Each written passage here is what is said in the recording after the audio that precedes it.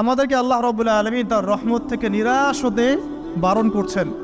যে যত পাপ করেছে জীবনে, যদি একটা বার কেউ যদি আল্লাহ পাককে মন থেকে ডাকে, চোখ দিয়ে ঝরঝর করে পানি পড়ে, আল্লাহ পাককে বলে, সেজদায় গিয়ে পড়ে আল্লাহকে বলে রব।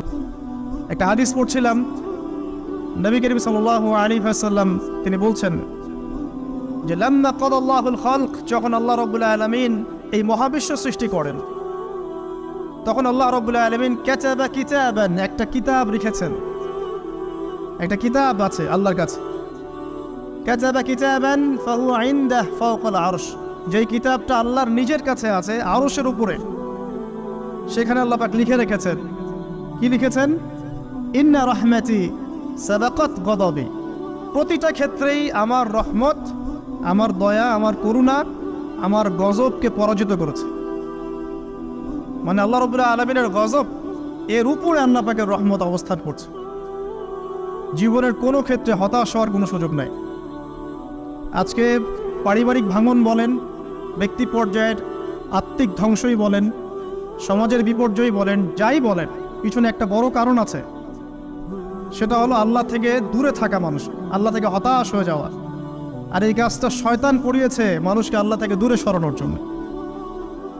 কিন্তু আল্লাহ রাব্বুল আলামিনের কাছে কেউ যদি যেতে চায়, মন থেকে যদি আল্লাহকে একটা বারও ডাকে, আল্লাহ পাক এক ডাকের মাধ্যমেও তার গুনাহ মাফ করতে পারে।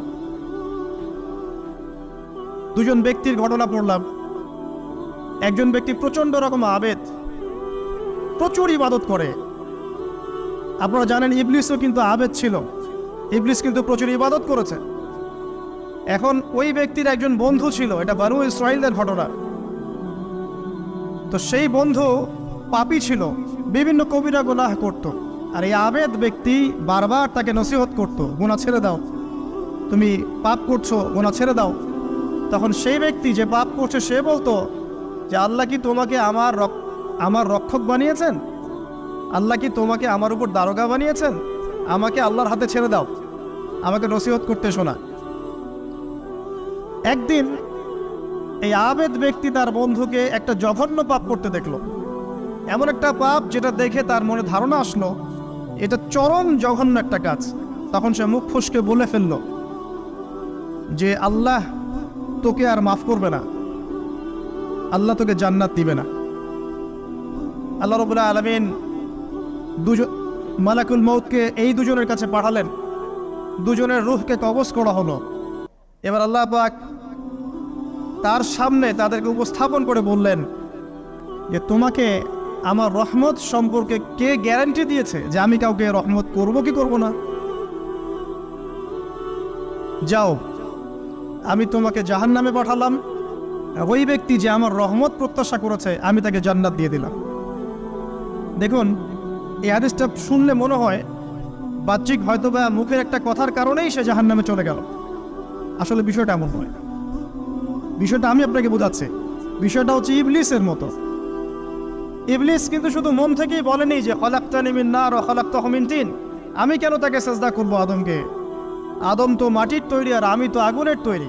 এটা ইবলিসের শুধু মৌখিক স্টেটমেন্ট ছিল না, কারণ কি ছিল? আবা ওয়াস্তাকবারা, সে উদ্ধত হয়েছিল, অহংকার প্রদর্শন করেছিল। ভিতর থেকে ইন্টারনালি সে অহংকারী ছিল, সে আন্ডার এস্টিমেট করে কথাটা বলেছে, শুধু মৌখিকভাবে বলে নাই। কিন্তু ঠিক এই ব্যক্তির ঘটনা এমনই, সে মন থেকে অহংকারী হয়ে উঠেছিল, যদিও বা সে আবেদ ছিল। এখানে আমরা যারা প্র্যাকটিসিং মুসলিম হওয়ার চেষ্টা করছি, আমাদের জন্য এখানে নিদর্শন আছে। অচক্ষ নামাজ পড়েই ভেবে বসবেন না যে অনেক কিছু করে ফেলছে, এক চিল্লা দিয়ে মনে করে ফেলবেন না যে দিনের জন্য অনেক কিছু করে ফেলছে।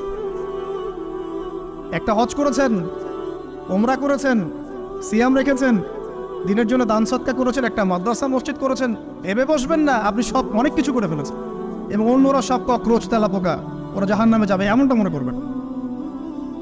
জানি না আমরা যে কার আমলের কতটুকু আল্লাহর কাছে কবুল হচ্ছে। তো এখানে এই ব্যক্তির সমস্যা ছিল এই, সে নিজের আমলটাকে অনেক ভারী মনে করছিল এবং সে স্টেটমেন্ট দিয়ে ফেললো যে তোকে আল্লাহ পাক মাফ করবে না। এই একটা কথা মন থেকে বলার কারণে তার ইহকাল পরকাল দুটা বরবাদ হয়ে গেল, সে জাহান্নামে চলে গেল। ঠিক আরেক ব্যক্তির ঘটনা আছে এমন, এগুলো সবগুলো রেফারেন্স আছে। এক ব্যক্তি প্রচুর ইবাদত করত, আল্লাহ পাক তার ইবাদত করার জন্যে পাহাড়ের চূড়ায় একটা সুন্দর ব্যবস্থাও করে দিয়েছিলেন। সেখানে ডালিম গাছ হতো, ঝর্ণা আসতো, খাবারের কোনো অভাব নাই। হাদিসে এসেছে 500 বছর সে ইবাদত করেছে। কত বছর? কিয়ামতের মাঠে এই ব্যক্তির অবস্থা এমন হবে, তাকে জান্নাতে প্রবেশ করানোর জন্য নিয়ে যেতে বলা হবে। যাও আমার রহমতে জান্নাতে চলে যাও। আল্লাহ পাক তাকে এই কথাটা বলবেন। কিন্তু এই ব্যক্তি বলবে আমার আমলের কারণে, আল্লাহ পাক বলবেন আমার রহমতে জান্নাতে চলে যাও। ব্যক্তি বলবে আমার আমলের কারণে। আল্লাহ রাব্বুল আলামিন তখন তাকে দেওয়া সমস্ত নেয়ামতগুলোকে এক পাল্লায় করবেন, আর তার সমস্ত আমলকে আরেক পাল্লায় করবেন। তারপর দেখা যাবে আল্লাহর সমস্ত নেয়ামত তার একটা চোখের সমান হয় নাই। কথা কি বুঝতে পারছেন? একটা চোখের যে নেয়ামত আল্লাহ পাকের, সমস্ত আমল ও 500 বছরের ইবাদত এতটুকু হয়নি। তারপর তাকে বলা হবে ওকে জাহান্নামে নিয়ে যাও। এবার জাহান্নামে যাওয়ার সময় সে বলবে আল্লাহ তোমার রহমতে আমাকে মাফ করলো। তখন আল্লাহ পাক তাকে আবার ডেকে নিয়ে আসবে, বলবেন যে তোমাকে যে আমি ইবাদত করার জায়গা করে দিয়েছিলাম, এটাকে তুমি নিজে করেছো না আমি করেছি? সে বলবে আপনি করেছেন। তোমাকে যে আমি সৃষ্টি করেছিলাম, তখন কি তুমি আমার তওবা কবুল হবে কিনা? একজন আবেদের কাছে গিয়েছে। আবেদ আর আলেম কিন্তু এক জিনিস না। আবেদ মানে যে প্রচুর ইবাদত করে, তার জ্ঞান কম, সে শুধু জানে কিভাবে ইবাদত করতে হয়। আলেম হচ্ছে সে যে শরীয়তের গভীর জ্ঞান জানে, আবার ইবাদতও করে। আবার যারা জ্ঞান আছে আমল নাই, সেও কিন্তু প্রকৃত আলেম না। প্রচুর জ্ঞান আছে কিন্তু জ্ঞান অনুযায়ী আমল করে না, সেও কিন্তু প্রকৃত আলেম নন। এবার আসেন তো, এই আবেদের কাছে গিয়ে সে বলছে আমার কি ক্ষমা হবে? আমি 99টা খুন করেছি। সে বলল তোমার আবার ক্ষমা? তোমার ক্ষমা নাই। তখন এই ব্যক্তি এই আবেদকে হত্যা করে 100টা খুন পূর্ণ করলো, ওকেও সে মেরে ফেলছে। আমার ক্ষমাই হবে না তো তোর বেঁচে থাকার কি দরকার, তুইও মর। কি বুঝতে পারলেন? বর্তমান বিশ্বের উগ্র মাথার পলিটিশিয়ানদের মতো অবস্থা। আমার দেশের সমস্যা, তোর দেশ পারমাণবিক বোমের উড়াই দিব, মানে এরকম একটা অবস্থা। তো আল্লাহ রাব্বুল আলামিন এই ব্যক্তির মধ্যে একটা চেতনা তৈরি করলেন যে আমাকে তওবা করতে হবে। সে তখন সার্চ করতে লাগলো আরো কোনো আলেম আছে কিনা। এরপর অনেক দূরে একজন আলেমের সন্ধান পাওয়া গেল। সে সেখানে গেল, তাকে গিয়ে বলল আমার কি ক্ষমা হবে? সে আলেম তাকে বলল হ্যাঁ তোমারও ক্ষমা হতে পারে, যাও তুমি ইস্তেগফার করো এবং এই এলাকা থেকে অন্য এলাকায় চলে যাও। মানে যে এলাকায় তুমি অনেক দিন ছিলে, যেখানে তুমি অনেক পাপ কাজ করেছো, এখানে থাকার দরকার নাই। তওবা করে তুমি অন্য কোথাও চলে যাও, নতুন একটা জীবন শুরু করো। এখানে থাকলে হবে কি, তোমার স্মৃতিগুলো তোমাকে তাড়িয়ে বেড়াবে এবং মানুষ তোমাকে খারাপ নজরে দেখতেই থাকবে, তুমি তখন কষ্ট পাবে। এই জন্য তুমি চলে যাও। তো চলে যেতে যেতে সে রাস্তায় ইন্তেকাল করে। এবার তার রূহ নিবে কে? এই জন্য দুদল ফেরেশতা আসছেন, জান্নাতি এবং জাহান্নামী। তাদের মধ্যে বাক বিতর্ডা হচ্ছে কে রূহ নিয়ে যাবে। তো জাহান্নামের ফেরেশতারা বলছেন সে এতগুলো খুন করেছে, তার রূহটা আমরা নিব। আর জান্নাতি ফেরেশতারা বলছেন না, সে তওবা করতে এসেছিল, অতএব সে আল্লাহর অভিমুখী হয়েছে, তার রূহটা আমরা নিব। আল্লাহ পাক এখানে একটা কৌশল করলেন। আল্লাহ পাক ফেরেশতাদেরকে বললেন তোমরা রাস্তাটাকে পরিমাপ করে দেখো, যেদিকে যাচ্ছিল তার পরিমাপ বেশি নাকি যেখান থেকে এসেছে ওর পরিমাণ বেশি। আল্লাহ পাক জমিনকে আদেশ করলেন হে জমিন তুমি প্রশস্ত হয়ে যাও। এবার পরিমাপ পেল না, সে মন থেকে ভিতর থেকে কিন্তু সে আল্লাহর প্রতি অনুগত হয়েছে। এই মনের বিষয়টা আল্লাহ ছাড়া কেউ জানে না। আপনি দেখতে পারেন সমাজে অনেকে দাড়ি টুপি পাগড়ি জুব্বা সব লাগিয়ে ঘুরছে, তো বিশ্বাস করেন তাদের মনটা এমনও হতে পারে যে জানোয়ারের চেয়েও কুৎসিত, তেমনও হতে পারে। আবার আপনি দেখবেন সমাজে এমন অনেক মানুষ ঘুরছে যারা হয়তো অনেক পাপে লিপ্ত মনে হচ্ছে, কিন্তু মনের মধ্যে সততা আছে। আর যার মনের মধ্যে সততা আছে, আল্লাহ বা কোনো না কোনো দিন ইনশাআল্লাহ তাকে হেদায়েত দিবে। এটা আমরা আমাদের অভিজ্ঞতা থেকেও দেখেছি। এমন অনেক মানুষকে আমরা দেখেছি যে ড্রাগ অ্যাডিক্টেড ছিল, মিউজিক করেছে, হারাম সম্পর্কের মধ্যে ছিল, নামাজ ঠিক মতো পড়ে নাই, কিন্তু যখনই আল্লাহর কথা আলোচনা হতো দেখতাম সে খুবই শান্তভাবে মন থেকে কথা শুনছে। এই কথা শুনতে শুনতে শুনতে একদিন মাশাআল্লাহ এখন দেখবেন যে চিল্লা দিয়ে বেড়াচ্ছে বিভিন্ন মসজিদে। আল্লাহ হেদায়েত দিয়েছে, সব ছেড়ে দিয়েছে।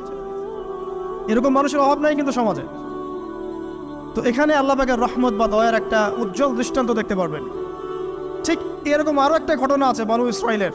এক ব্যক্তি এত পাপ করেছে যে শেষে মৃত্যুর সময় সে সন্তানদেরকে ডাকছে, ডেকে বলছে যে আমি যখন মারা যাব আমার লাশটাকে তোমরা কবর দিও না, যদি আল্লাহ পাক আমাকে ধরতে পারেন তাহলে খবর আছে আমার। কি করতে হবে? সে বলছে যে আমার দেহটাকে তোমরা পুড়িয়ে ফেলবে এবং পুড়িয়ে ফেলার পরে ছাইগুলোকে একত্রিত করবা, করে অর্ধেক ছাই সমুদ্রে ভাসিয়ে দিবা, অর্ধেক ছাই বাতাসে উড়িয়ে দিবা। সন্তানরা তাই করলো। মৃত্যুর পর আল্লাহ পাক এই সমুদ্র এবং জমিনকে বাতাসকে আদেশ করলেন যে তোমরা ছাই জড়ো করে দাও। আর মানুষ আর জিন আল্লাহর কথা না শুনলেও এই প্রকৃতি আল্লাহ পাকের কথা শোনে। বিজ্ঞান বলে প্রকৃতি থেকে সব হচ্ছে। কি প্রকৃতি? প্রকৃতি কি, কাকে বলে? মানুষকে আল্লাহর ইবাদতকে বাদ দিয়ে প্রকৃতি পূজায় নিয়ে গেছে। এই পুরো প্রকৃতি আর মহাবিশ্ব এক আল্লাহর ইবাদত করে। কে সৃষ্টি করলো প্রকৃতি? প্রাকৃতিকভাবে হয়েছে সবকিছু বলে, আল্লাহ থেকে হয়েছে বলা যাবে না। বললে আপনি মৌলবাদী হয়ে যাবেন। আল্লাহ শব্দ ইউজ করলে আপনি মৌলবাদী হয়ে যাবেন। ধর্মতাত্ত্বিক শব্দগুলোকে আস্তে আস্তে উঠিয়ে দেওয়া হয়েছে। দেখবেন যুক্তি, বিজ্ঞান, দার্শনিক শব্দগুলোকে আনা হয়েছে। এটাও টেকনিক্যালি করা হয়েছে। এই বাতাস ছাই জড়ো করো, তারা ছাই জড়ো করে দিল। এই ব্যক্তিকে বলা হচ্ছে তুমি জিশিয়াতিকা ইয়া রাব্বি ওয়া আনতা আ'লাম, হে আল্লাহ আমি আমার বুঝে যা এসেছে আপনার ভয়েই আমি এই কাজটা করেছি, আর আপনি খুব ভালো করেই জানেন যে আমি আপনার ভয়ে করেছি নাকি অন্য কোনো কারণে করেছি। মানে আপনি আমার মনের কথা জানেন। আল্লাহ পাক তাকে মাফ করে দিলেন।